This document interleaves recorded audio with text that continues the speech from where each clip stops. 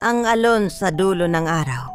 Ako si Lino, anak ng isang magsasaka mula sa isang maliit na isla sa Visayas. Simula pagkabata, tuwing hapon kapag papalubog na ang araw, lagi akong nagpapahinga sa batuhan sa tabi ng dalampasigan.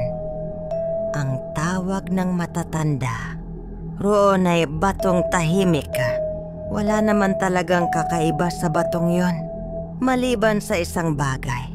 Tuwing huling Biyernes ng buwan, may kakaibang nangyayari. Naaalala ko pa nung 14 na taong gulang ako.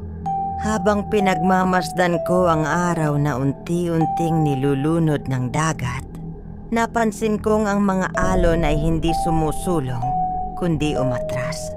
Oo, umatras. Parang may hinihigop ang dagat mula sa kailaliman.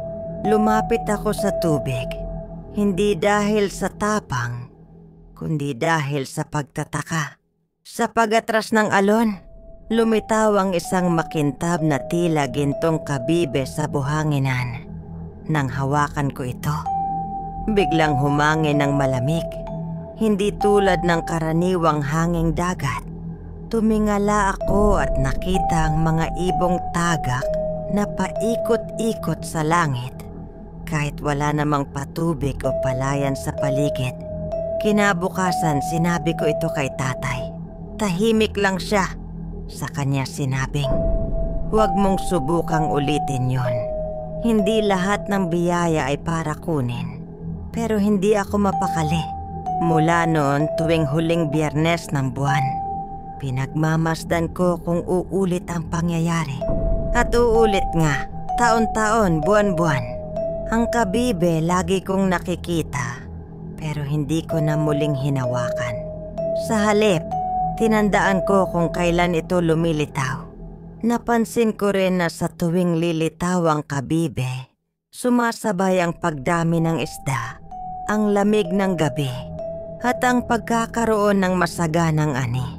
Lumipas ang mga taon, ko na ang namamahala sa sakahan.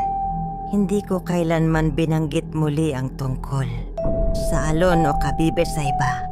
Maliban ngayon, naniniwala ako na hindi ito basta kababalaghan. Isa itong paalala ng kalikasan o marahil ng isang nilalang na matagal ng bahagi ng ating paligid. Hindi lahat ng hiwaga ay kailangang lutasin.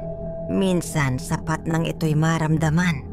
Sa tuwing may bumibisitang banyaga at nagtatanong kung anong sikreto ng masaganang ani sa aming baryo, ngumingiti lang ako at sinasabing, siguro dahil pinakikinggan namin ang dagat.